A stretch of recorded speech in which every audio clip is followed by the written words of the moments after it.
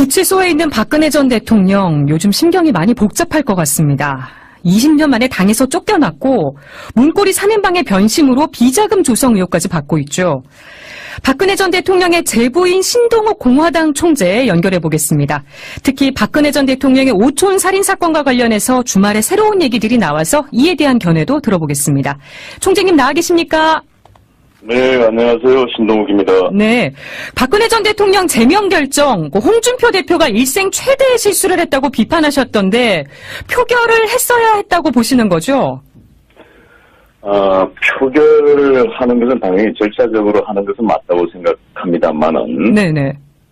저는 바른정당을 가짜 보수라고 본다면 네. 나는 한국당을 위장 보수라고 봅니다. 그렇기 때문에 이번에 홍준표 대표의 제명은 네. 난 자기가 자기 무덤을 팠다고 생각해요. 왜냐하면은 마치 이게 비박 노조들이 모여서 네. 창업주를 내쫓아낸 거라고 난 보고 있고, 네. 그리고 부모가 자식들이 부모를 호적에서 파낸 패륜당이라고 난 봅니다. 네. 아무리 그래도 자식들이 자식들만 살겠다고 부모를 죽이는 행위는 난 정당하다고 볼 수 없습니다. 네. 그 부인이신 박근령 전 유경재단 이사장은 언니의 제명 결정에 대해서 뭐라고 하시던가요? 우리 아내는 저하고는 조금 견해가 달랐던 것 같아요. 그러세요. 예, 당이라는 것은, 조직이라는 것은 그 문화가 있기 때문에, 네. 이해는 한다는 측면이 조금 더 강했던 것 같고, 네. 하지만, 언니의 제명에 대해서는 개인적으로 굉장히 많이 안타까워하고 힘들어 하시죠. 네. 그 자유한국당 내 친박계 의원들은 박 전 대통령 제명에 대해서 개별 성명만 냈을 뿐이지 조직적인 대응은 하지 않고 있습니다. 친박계가 목소리를 더 내야 한다고 보시나요? 친박계가 당연히 목소리를 내야죠. 네. 은혜를 모르면 금수만도 못한 거다 하니까. 그러면 지난 세월에 함께 부귀영화를 누렸다고 할 수 있죠, 친박들은. 네. 그런데도 자기들만 살겠다고 꾹꾹 숨은 거 아닙니까? 나는 오히려 친박들이 더 비겁하다고 좀 봅니다. 그렇게 보시는군요. 근데 일부에서는 이번 제명이 국정농단 사건에 대한 반성이 아니라 이 보수 통합이라는 정략적 차원에서 이루어졌다, 이런 지적도 있습니다. 실제로 그런 측면이 있다고 보시나요? 저는 그렇게 보지 않습니다. 보수 대통합이라는 것은 네. 이름만 거창할 뿐이지 사실은 비박 대통합이라고 좀 보고 오히려 보수 대분열로 저는 보고 있습니다. 왜냐하면 이제 한국당에는 정신적 뿌리가 사라져버린 거죠. 네. 왜냐하면 한국당의 뿌리는 박정희 대통령 아닙니까? 이승만 대통령이고. 그리고 박근혜 대통령으로 이어지는데. 네. 지금 현재 한국당의 이러한 태도는 보수 대통합이라고 전혀 볼 수 없는 거죠. 이건 보수 대분열만 가중시키고 있다. 저는 비박 그렇게 생각하고 대통합이다. 있습니다. 그렇게 보신다는 건데, 이런 날이 올 줄 알고 공화당을 준비했다. SNS에 이런 글을 올리셨습니다. 박 전 대통령의 공화당 입당을 추진하실 건가요? 저는 심정적으로 공화당 입당을 추진하지 않아도 입당하신 거라고 저는 알고 있어요. 그런가요? 예, 예를 들자면 제가 이렇게 말씀드리겠습니다. 자세히 말씀드리긴 좀 어렵고, 역대 정권 중에 가족이 혹시 창당한 사례를 본 적이 있습니까? 우리 김혜영 앵커께서는? 못 본 것 같습니다. 네, 그렇죠. 그런다고 해서 또 공화당 총재를 아무나 할 수 있다고 생각하십니까? 그러게요. 어렵다고 저는 생각을 해요. 네. 그런 측면에서 나는 심정적으로 우리 박근혜 대통령께서 공화당과 함께 마음은 와 계시다. 저는 그렇게 말씀드리고 싶습니다. 훗날 언젠가 또 알게 되겠지요. 아직은 본인의 의사가 확인되진 않으신 거죠? 그렇죠. 그렇지만은 이신전심이라는 말이 있잖아요. 네. 홍준표 대표와 서청원 의원의 진흙탕 싸움이 계속되고 있습니다. 이거 싸움이 더 길어지기 전에 서청원 의원이 녹취록을 공개해야 된다고 보시나요? 녹취록 공개해야지요. 정치라는 것은 명분 싸움이고 명분이 가장 중요한데. 네. 특히 명분이라는 것은 말에 대한 책임인 것이죠. 말에 대한 책임. 네. 그렇다면 서청원 대표가 가지고 있는 녹취록을 공개하는 것이 맞고 거기에 대한 평가를 받는 게 홍준표 대표라고 생각합니다. 네. 만일에 녹취록이 없다 그러면 네. 그건 또 다른 문제가 되겠지요. 당연히 녹취록이 있다면 네. 공개를 해야 된다고 저는 보고 있습니다. 네. 그 국정원 특수활동비 문제가 박 전 대통령 비자금 의혹으로 지금 번지고 있습니다. 박 전 대통령 추가 수사가 불가피하다는 말이 나오는데 이 문제는 어떻게 보세요? 문제가 있으면 당연히 그 누구를 막론하고 그 성역은 없어야 되겠지요. 네. 당연히 수사의 대상이라 그러면 난 박근혜 대통령께서 수사를 받는 것이 맞다고 봅니다. 하지만은 지금 국정농단 사건 이후에 네. 끊임없이 지난 6개월의 경과가 넘었고 추가로 구속 연장이 되었습니다. 네. 그리고 현재 특검에서 발표했던 그 많은 이야기들이 사실로 드러난 게 없어요. 심정적인 것밖에 없다라는 거지요. 네. 그래서 이번 사건 역시 이건 털어도 먼지가 안 난다는 나는 반증이 아닌가라고 생각을 해요. 아, 그렇게 보시는군요. 그렇다면은 네. 역대 DJ 정권, 노무현 정권 10년에 특활비도 우리는 공개하자는 겁니다. 당연히 네. 또 해야 되겠지요. 네. 사실 나는 문재인 정권이 지금 보여주고 있는 것은 네. 이거 마치 이거는 내로남불의 전형적인 이게 정치활동 아니냐. 왜냐하면은 이거는 적폐청산이 아니고 네. 적파청산이고 나는 보수 적폐청산이라고 나는 보는 겁니다. 네. 마치 이거는 뭐 보복극이고 복수극이죠. 그 이상 그 이하도 아니라고 저는 생각합니다. 네. 박근혜 대통령 국정원 특활비 당연히 수사하시고 네. 노무현 김대중 정권 10년 동안의 특활비도 같이 수사해야 됩니다. 그 박근혜 전 대통령 석방을 주장하고 계신데요. 이 박 전 대통령 추가 구속이 확정되고 또 사실상 재판 거부까지 나선 상황에서 정치적 동력 마련이 쉽지만은 않아 보입니다. 이게 단 한석이긴 하지만 대한애국당하고의 연대나 통합은 어떻게 생각하세요? 정치는 단면이 아니고 저는 이면이라고 생각해요. 네. 보이지 않는 면이 진짜 이런 정치인데 네. 지금 현재 박근혜 대통령의 정치적 동력은 상실됐다고 저는 생각하지 않아요. 오히려 축적됐다고 저는 생각을 하는 겁니다. 그렇기 때문에 박근혜 대통령께서는 자진 탈당을 하지 않으신 겁니다. 제명당하셨고 출당을 당하셨죠. 네. 그것은 꾸준히 나는 정치적 동력을 확보했다고 저는 생각을 합니다. 그걸 그렇게 보시는군요. 내년 지방선거는 말이죠. 네. 박근혜 대통령 대 문재인 대통령. 전직 대통령과 현직 대통령의 프레임 전쟁이라고 저는 생각합니다. 네. 내년 지방선거에서 가장 어려워질 것은 사실은 한국당이라고 봐요. 진영을 통해서. 네. 왜냐하면 프레임 전쟁에서 밀린 거죠. 내년에 박근혜 대 문재인 싸움에서 한국당이 설 공간은 저는 없다고 봅니다. 그렇기 때문에 정치적 동력은 상실된 게 아니라 저는 그렇게 보고 있습니다. 동력이 오히려 축적됐다. 이렇게 보시는 그렇습니다. 거네요.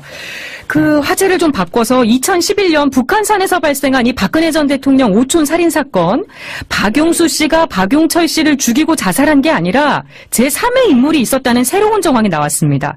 이게 100% 사실이라는 글을 SNS에 올리셨던데 그럼 제3의 인물로 짐작가는 분이 있긴 있으시죠? 당연히 있지요.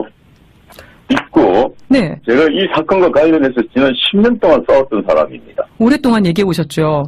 그리고 저는 1년 6개월까지 실형까지 받았어요. 네. 저는 얼마 전에 제가 광주대도 다녀왔습니다만은 네. 나는 그 사건의 범인들이 중국에서 저를 죽이려고 했던 그 사람들이라고 난 보고 있어요. 그 연장선상으로 봐야 된다는 겁니다.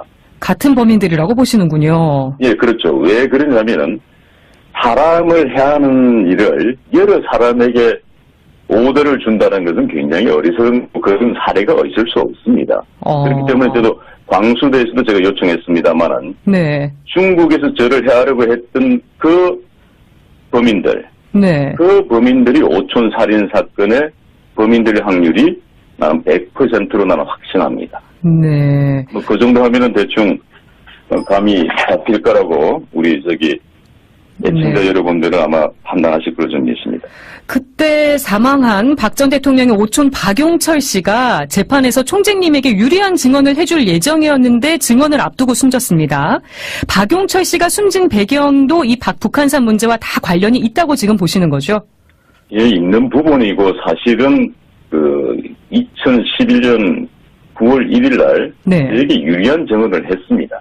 그 유리한 증언을 저희들이 4번을 확인했어요. 법정에서. 네. 정인 신문 조사에서 저희들이 4번을 확인한 기록을 가지고 있습니다. 네. 그런데 제 2심 판결문에, 1심 판결문이죠. 1심 판결문에는 2011년 9월 1일. 네. 박용철 씨가 법정에서 증언한 사실이 없다라고 판결문에 기록되어 있습니다. 이거 있을 수 없는 일입니다. 네. 그리고 그 당시 항소심에서는 박용철 씨의 법정 정인 신문조서 네. 이것만 첨부하면은 저는 항소심에서 집행유예든 무죄로 나는 나온다고 판단했어요. 예. 그런데 항소심 판결문에는 그 이야기는 싹 사라진 겁니다. 그리고 중랑경찰서 마약 사건, 충남동 납치 테러 사건, 네네. 중국 살인 미수 사건, 유경재단 폭력 강탈 사건의 배후로 박근혜 대통령에 대해서 피고는 단 한 번도 소명한 사실이 없으므로 유죄입니다. 그러니까 그 배후로 박근혜 대통령을 주장했다 그러는데 단 한 차례도 주장한 사실이 없으니까 소명할 이유가 없는 겁니다. 이런 판결문은 있을 수 없습니다. 하지만 제가 상고를 포기했어요. 상고를 포기한 이유는 대선을 4개월 앞두고 있었고 최소한 이제부터는 가족의 도리를 하는 것이 맞다고 해서 제가 모든 것을 안고 가겠다는 생각을 했습니다. 그런데 말이죠.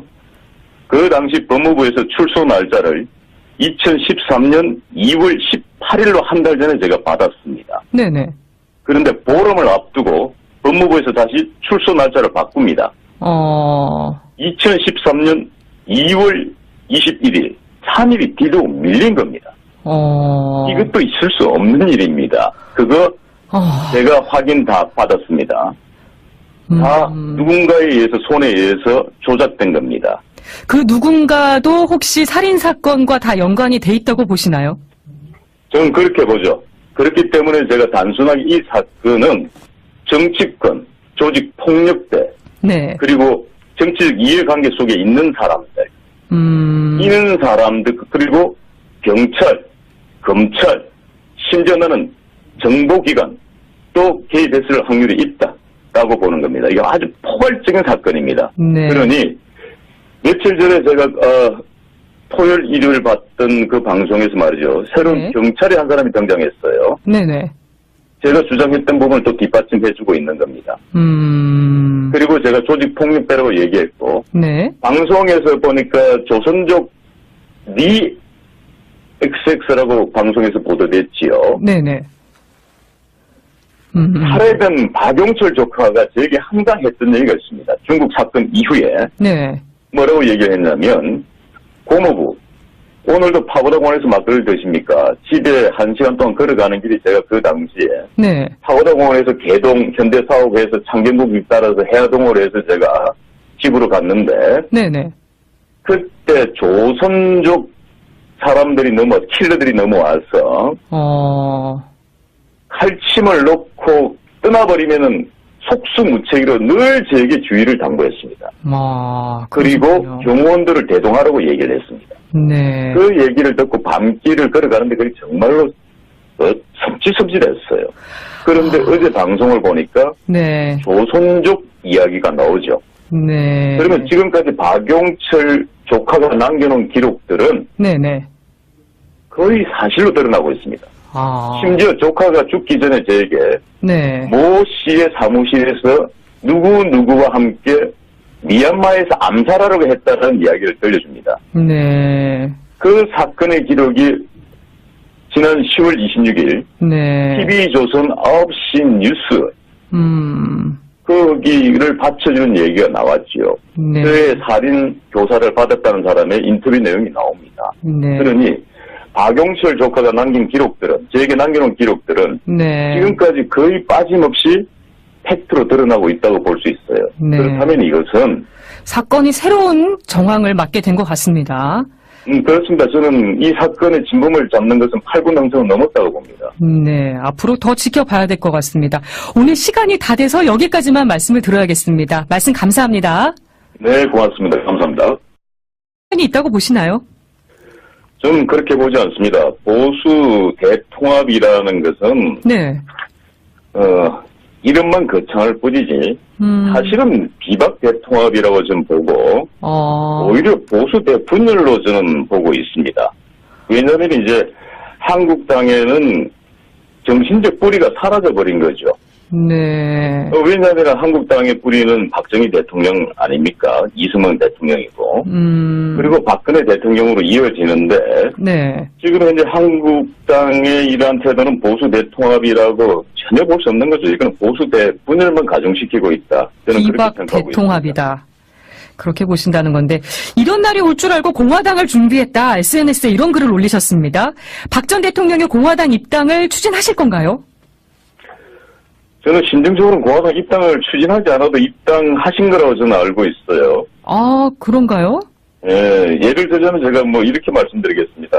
자세히 말씀드리긴 좀 어렵고 역대 정권 중에 가족이 혹시 창당한 사례를 본 적이 있습니까? 우리 김혜영 앵커께서는? 아, 못 본 것 같습니다. 네, 그렇죠. 그런다고 해서 또 공화당 총재를 아무나 할 수 있다고 생각하십니까? 그러게요. 그렇게 어렵다고 저는 생각을 해요. 네. 그런 측면에서 나는 심정적으로 우리 박근혜 대통령께서 공화당과 함께 마음은 와 계시다. 저는 그렇게 말씀드리고 싶습니다. 훗날 언젠가 또 알게 되겠지요. 아직은 본인의 의사가 확인되진 않으신 거죠? 그렇죠. 그렇지만은 그 이신전심이라는 말이 있잖아요. 네. 그 홍준표 대표와 서청원 의원의 진흙탕 싸움이 계속되고 있습니다. 이거 싸움이 더 길어지기 전에 더 강했던 것 같고. 네. 하지만 언니의 제명에 대해서는 개인적으로 굉장히 많이 안타까워하고 힘들어하시죠. 네. 그 자유한국당 내 친박계 의원들은 박 전 대통령 제명에 대해서 개별 성명만 냈을 뿐이지 조직적인 대응은 하지 않고 있습니다. 친박계가 목소리를 더 내야 한다고 보시나요? 친박계가 당연히 목소리를 내야죠. 네. 은혜를 모르면 검수만도 못한 것 아닙니까? 그러면 지난 세월에 함께 부귀영화를 누렸다고 할 수 있죠, 친박들은. 네. 그런데도 자기들만 살겠다고 꼭꼭 숨은 거 아닙니까? 나는 오히려 친박들이 더 비겁하다고 저는 봅니다. 그렇게 보시는군요. 근데 일부에서는 이번 제명이 국정농단 사건에 대한 반성이 아니라 이 보수 통합이라는 정략적 차원에서 이루어졌다 이런 지적도 있습니다. 실제로 그런 측면 구치소에 있는 박근혜 전 대통령 요즘 심경이 많이 복잡할 것 같습니다. 20년 만에 당에서 쫓겨났고 문고리 3인방의 변심으로 비자금 조성 의혹까지 받고 있죠. 박근혜 전 대통령의 제부인 신동욱 공화당 총재 연결해 보겠습니다. 특히 박근혜 전 대통령의 오촌 살인 사건과 관련해서 주말에 새로운 얘기들이 나와서 이에 대한 견해도 들어보겠습니다. 총재님 나와 계십니까? 네, 안녕하세요. 신동욱입니다. 네, 박근혜 전 대통령 제명 결정, 홍준표 대표가 일생 최대의 실수를 했다고 비판하셨던데 표결을 했어야 했다고 보시는 거죠? 표결을 하는 것은 당연히 절차적으로 하는 것은 맞다고 생각합니다만은. 네네. 저는, 바른정당을 가짜 보수라고 본다면. 네. 나는 한국당을 나는 위장 보수라고 봅니다. 그렇기 때문에 이번에 홍준표 대표의 제명은. 네. 난 자기가 자기 무덤을 팠다고 생각해요. 왜냐하면은, 마치 이게 비박 노조들이 모여서 네. 창업주를 내쫓아낸 거라고 난 보고 있고 네. 그리고 부모가